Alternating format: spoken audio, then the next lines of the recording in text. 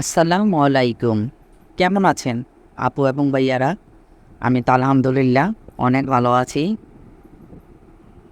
আর সবাইকে জানাই ঈদ মোবারক। ঈদের শুভেচ্ছা সবাইকে। তো সকাল সকাল আহ, বাপ ছেলে যাচ্ছে নামাজ পড়তে, কিন্তু তাদের নামাজের যাওয়ার কোনো মানে ইচ্ছাটা খুবই কম। বাংলাদেশের খেলার এখানে তারা যাইতে যেতেছে না। বাংলাদেশের খেলা দেখার জন্য সে 4:30 বাজে 5টা বাজে উঠা বসে আছে। 5:30টার থেকে খেলা শুরু হয়েছে। তো এখন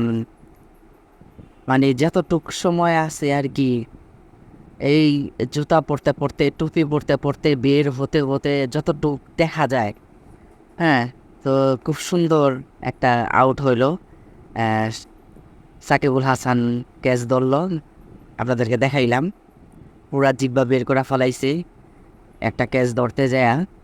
এমন অবস্থা সাকিবুল হাসানের। আহ, ওরা এখন দ্রুত বের হয়ে যেতেছে। তো ওরা এম, মনে হয় 8টার জামাত পাইতেও পারে। 8টার জামাত না পাইলে 8:30 ঈদের জামাত পড়ে দেন বাসায় আসবো। কারণ আমার থেকে বেশি চিন্তা ওদের। বাপ্পাটারা খেলা রেখা চলে যাইতাছে। ওরা খেলা ছাড়া কিচ্ছু বুঝে না। তার মধ্যে আবার বাংলাদেশের খেলা ঈদের দিন পড়ছে সকালে। হ্যাঁ, তো তারপর আবার মনে করো যে ওদেরকে বিদায় দিয়ে আমি রান্না করতে চলে আসলাম। তো আমাদের আহ, কোরবানি কখন হয় আসলে কোনো ঠিক নাই। কারণ আমরা যে কষাই ঠিক করছি, তো বলছে 12টা বাজে আসবো। তো প্রত্যেকবার আর কি আমাদের সাথে এরকমই হয়, 12টা বাজে আসলে বললে কি হবে, কিন্তু আসে না। ওই কষায় আসে না, তো আসেই না। তারপর তোমার শেষে দেখা যায় বিকাল হয়ে জায়গা, অন্য কাউরে দইরা তারপরে আমরা কোরবানির কাজটা সম্পূর্ণ করতে হয়। তো প্রত্যেক বছর এরকম হয়, তো তাই আর কি আশা করি না কোনো কিছুই, মন খারাপও করি না। আপনার লাইফে আসলে আম, যত বেশি আশা করবেন কারোর জন্য, আপনার মন খারাপ বেশি হবে। তাই যে কোনো কাজের ক্ষেত্রে হোক, সব ক্ষেত্রেই হোক, হ্যাঁ, আপনি আশা রাখবেন না। ওর জন্য আমি আশাও রাখি না। আমি সকালেও বাপ্পাটারে বিদায় দিয়ে এগুলো আমার সব রেডি করা ছিল। পেঁয়াজটা পর্যন্ত আমি কালকে বেরেস্তা করে রেখে দিছি। মুরগিটা বের করে রাখছিলাম রাত্রেই। দেন এখন শুধু রোস্ট রান্না করতেছি, আর গরম গরম পোলাও রান্না করব। হ্যাঁ, তো তোমার মনে করো যে আহ, ওরা আসলে গরম গরম রোস্ট আর পোলাও খায় নিব। তারপর পেটটা ভরা থাকলে সারাদিন আর কোনো চিন্তা নাই। পেটটা ভরা থাকলে কোনো চিন্তা নেই কখন আসলে কোরবানি হবে, কখন গরুর মাংস ঘরে আসবে, ওটার কোনো ঠিক ঠিকানা নাই। যাই হোক, তো দেখলা বেশ অনেকখানি দুধ দিয়া দিলাম আমি। রাত্রেবেলা সেমাই রান্না করলাম না, তো আমাদের খাওয়ার জন্য দুধ একটু গরম করছিলাম। 4জনে খায়া পাতিলের মধ্যে দুধ ছিল, ওই পুরা দুধই দিয়া দিলাম রোস্টের মধ্যে। আর এখানে পোলাওটা বসাই দিতাছি আমি। আম, পেঁয়াজ আলাদা করে কাটতে হয় নাই। পেঁয়াজ বেরেস্তা দিয়েই আদা রসুন দিয়া ঘি তেল সব কিছু দিয়া পোলাও বসাই দিতেছি। তো তোমার মনে করো যে পোলাওটা হয়ে গেলে ঘরের একটু কাজকর্ম আছে। তানজিনা আর আমি 2জন মিলা করবো। তানজিনা অলরেডি বিছনাগুলো ঝাড়তাছে। তানজিনা বিছনা ঝাড়া হইলে তানজিনা ফার্নিচারগুলো মুছবো, আমি ঘরটা মুছা ফেলাবো। হ্যাঁ, তো ঘরটা মোছা হয়ে গেলেই তারপর একদম গোসল করে ফ্রেশ হয়ে যাবো গা। আর আল্লাহ আল্লাহ করতে থাকবো, কখন আসবো কষাই, কখন কোরবানিটা হবে, এই আর কি। আর এই যে দেখো মোটামুটি হয়ে আসতেছে।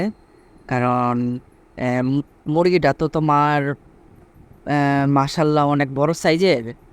পানি তো একটু লাগবেই। পানি না দিলে তো মুরগিটা সিদ্ধ হবে না। তো এতটুকু পানিতেই সিদ্ধ হয়ে যাবে। আর কালারটা দেখো খুব সুন্দর হয়েছে। কীরকম একটা সোনালি একটা কালার, তাই না? তো এই কালারের রোস্ট আমার কাছে খুব ভাল লাগে। অনেকের রোস্ট কেমন সাদা সাদা হয়ে থাকে না, সাদা সাদা রোস্ট আমার কাছে খাইতে ভাল লাগে না, এরকমই ভাল লাগে। তারপর তোমার মনে করো যে নামাজ পড়ে আইসাও বাপ বেটা দুজনে মিলে আবার একটু খেলাও পাইলো, খেলা দেখলো একটু।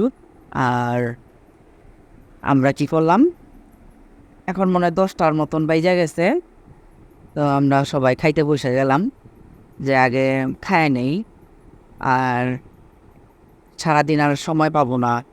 আর তাছাড়া কখন আসে কষাই, খায়া নিলে পেটটা ভরা থাকলে যখন হঠাৎ করে কাজটা আইসা পড়বো তখন ভরা পেটে কাজ করলে ভাল লাগবো। নাহলে তো তোমার মনে করো যে খালি পেটে কাজ করলে মেজাজও গরম থাকে, আর খালি পেটে কাজ না সুন্দর হয় না।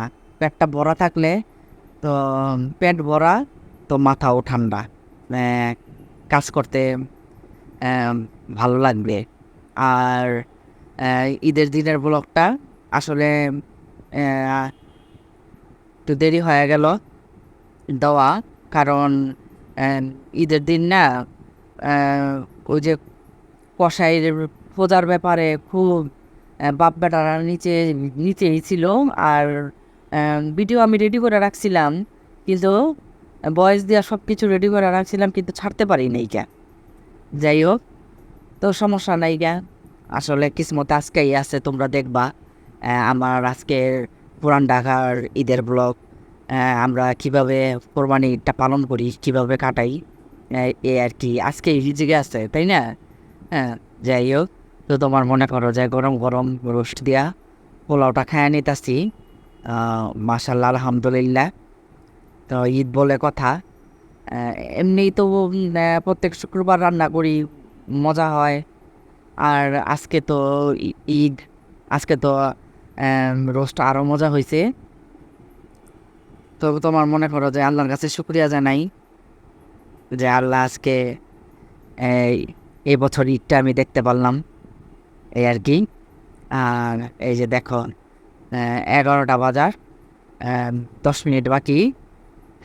এখানে কী হয়েছে, আমরা সবাই যার যার মতন খাওয়া দাওয়া করে একটু শুইতে নিয়েছিলাম, রেস্ট নিয়েছিলাম। তো এখানে আবার এই যে কারেন্ট বিল বাজলো, সবাই উঠে গেলাম, উঠে দেখি যে 11টা বাজে সকাল। বাড়িওয়ালাদের দেখো, বাড়িওয়ালাদের সকাল 9টা বাজেই ওদের কষাই আইসা গরু কাইটা দিয়া গেছে, আর এখন 11টা বাজে 10 মিনিট বাকি আমাদেরকে মাংস দিয়া গেল। তো আমি আবার চিন্তা করলাম যে আমাদের তো রাত্রে 10টা বাজবো, আমি জানি আজকে মাংস আনতে আনতে সব কিছু কাজকর্ম করতে করতে রাত্রে 10টা অবশ্যই বাজবো, ডেফিনেটলি বাজবো।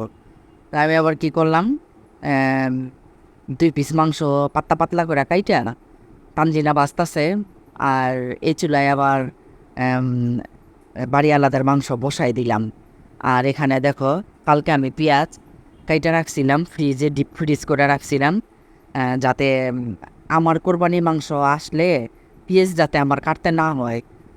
তো তখন ওই সময় না খুব ব্যস্ত থাকি মাংস নিয়ে, পেঁয়াজ ছিলা কাটা সম্ভব হয় না। তো এখন আবার এখানে পেঁয়াজ দিলাম, তো এখন আবার কি করব, আর কটা পেঁয়াজ কাইটা একসাথে ডিপে রেখে দিব, যাতে আমার মাংস আসলে আবার আমি আবার ঝটপট করে রান্না করতে পারি।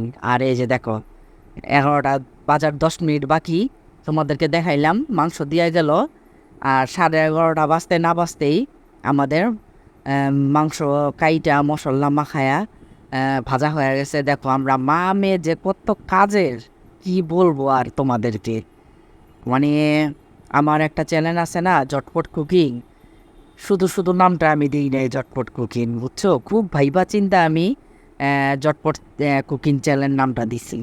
কাজে রান্না বাড়ায় সব কিছুতে আমরা ঝটপট। তারপর তোমার মনে করো যে আর ক্যামেরা ধরতে পারি নাই, তো এখন বাজে অলমোস্ট রাত 7:30 8টার মতন বাজে, আমাদের ফাইনালি মাংসটা আসলো। আসার পরে মা মেয়ে দুইজনে কোমরে নাম বাইন্দা তোমার মনে করো যে নাইমা পড়ছি। আর ক্যামেরা অন করার কথা কোনো মনেই ছিল না, যে আমি আসলে কিভাবে মাংসগুলা রাখি তোমাদেরকে দেখাইতে চাইছিলাম, পারি নাই। যাই হোক, তো এটা হইতাছে আমাদের কোরবানির গরুর মাংস। তো আলহামদুলিল্লাহ, আল্লাহর কাছে শুক্রিয়া, আমি ফাইনালি রাত্রভোগ তা তাও মানে আমি সম্পূর্ণ করতে পারছি। হ্যাঁ, তো আজকে আমি এখানেই বিদায় নেব। আম, আল্লাহ হাফেজ, ভালো থাকো, সুস্থ থাকো। কেমন? ঈদ মোবারক।